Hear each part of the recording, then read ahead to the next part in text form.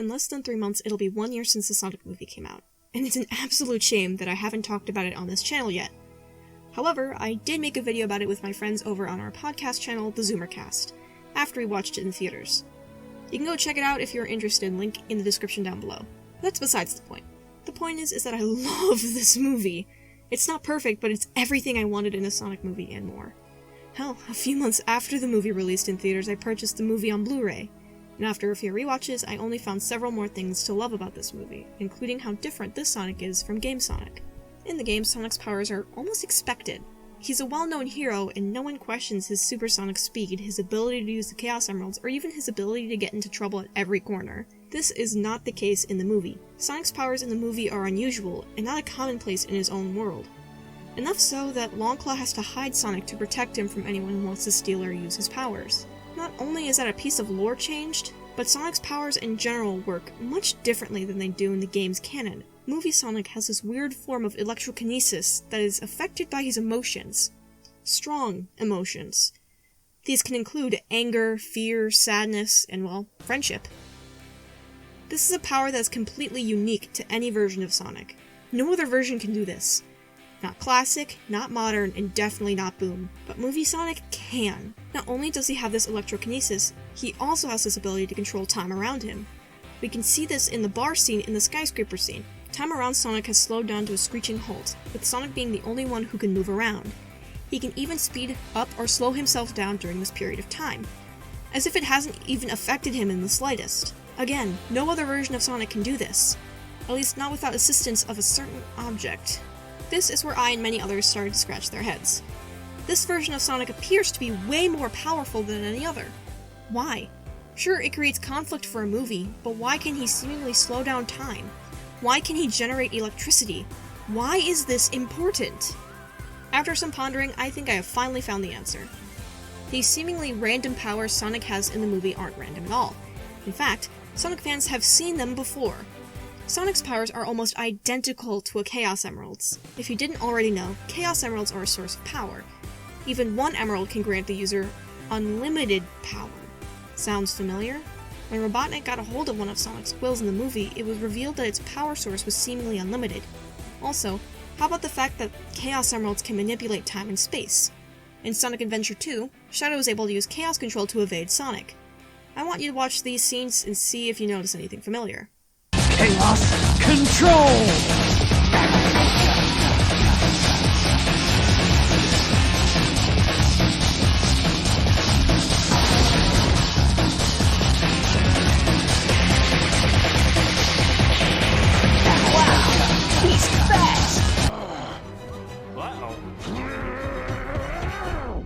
Really?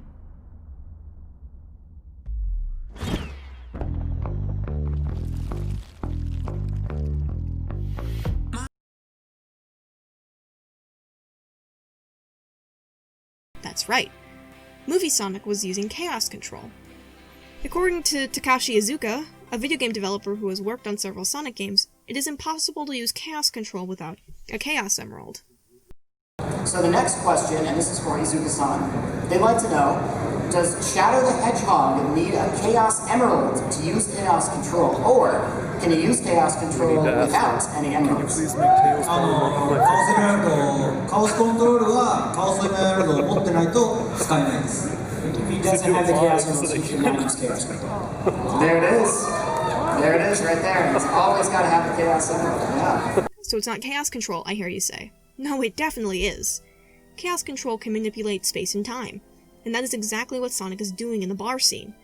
He is speeding up and slowing down throughout the entire scene while everyone else is standing still. He's warping. And this is where it gets juicy. So how is he doing it without a Chaos Emerald?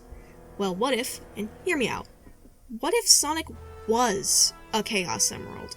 Or, well, a Chaos Emerald given a hedgehog form? I know, it sounds crazy. But hear me out. If Sonic really is a living Chaos Emerald, it would make sense that he could use Chaos Control without an emerald, because he is an emerald. Plus, it would make the bar scene and the skyscraper scene make so much more sense. Of course he can speed up and slow down time, and of course Robotnik can too when he gets an ounce of this power, because Sonic is literally made of chaos energy. Also, if Sonic was a Chaos Emerald, it would make sense that the Echidnas in the beginning of the movie were trying to take him for his powers. In the games, there were two ancient tribes of Echidnas that existed several thousand years before the main storyline, the Knuckles tribe and the Nocturus clan. Pachamatic, the chief of the Knuckles tribe, ordered a raid on the Master Emerald altar in an attempt to gain the power of the Chaos Emeralds.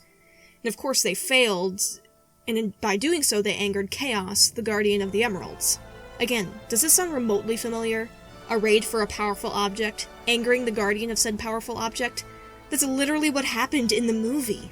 Also, according to Tyson Heese, Pachamatic was the one to shoot Longclaw in the beginning of the film. This means that this is indeed the Knuckles tribe, meaning that this is probably what they were doing. Okay, the Echidnas were looking for Sonic for his powers. The movie makes that clear, I hear you say, but that doesn't necessarily make him a Chaos Emerald. And you would be right, but there's more. Tikal says it all. The servers are the 7 Chaos. Chaos is power, power enriched by the heart. The controller is the one that unifies the Chaos. Confused? Let me break it down piece by piece. The servers are the 7 Chaos. That's obviously the Chaos Emeralds. Power enriched by the heart. That means the Chaos energy inside the Chaos Emeralds are influenced and manipulated by thoughts and emotions. One's heart's desire, so to speak. And the last part is referencing the Master Emerald. The important part that we should be looking at here is power enriched by the heart. The type of chaos energy the emeralds produce is based on thoughts. Positive thoughts, such as caring and friendship, generate positive energies, and negative thoughts, such as hatred and anger, generate negative energies. By focusing one's thoughts and emotions, the emeralds can bend reality to achieve certain feats. Just like Sonic's powers in the movie. When Sonic is upset about being alone, or when he's thinking about protecting his friends, his electrokinesis is at its strongest. And again, Sonic can bend reality, i.e. using chaos control at the bar and on the skyscraper. The emeralds can also bring back the recently deceased, which also happens in the movie. There is one final piece of evidence for this theory.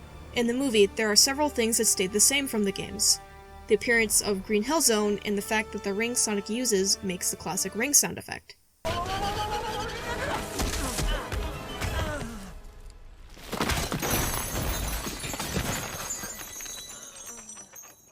Meaning that other objects have to make the same sounds, or appearances that they do in the games, right?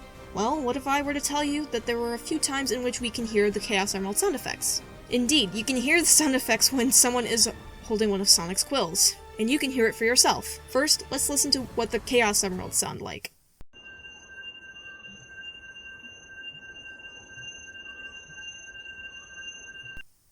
Now, here's the sound effect that's played for Sonic's quill.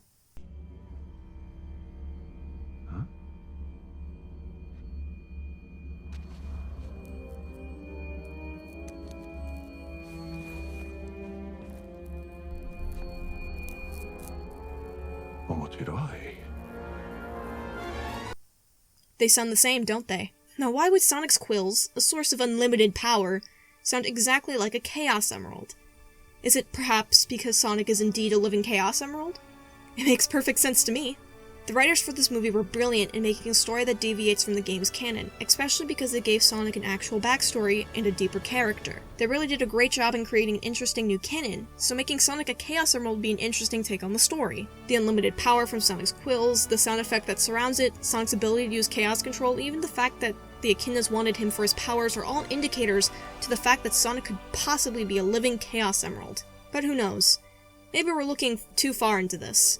We won't really know until the sequel comes out. And personally, I can't wait. But what do you guys think? Do you believe that Sonic is a living Chaos Emerald? What do you think is the reason for Sonic's strange powers? Let me know in the comments down below. If you want to see more content from me, please consider subscribing and hitting that bell icon to be notified of any of my future videos. And special thanks to Tumblr users Rock Milkshake, Tharkflark, Birds Are Blooming, and Manny310320 for coming up with the bread and butter for this theory. All I did was compile it all together and add some extra details to this whole thing. All of these people are magnificent, and I shall be linking their Tumblrs down in the description. Thanks so much for watching, and I'll see you in the next video.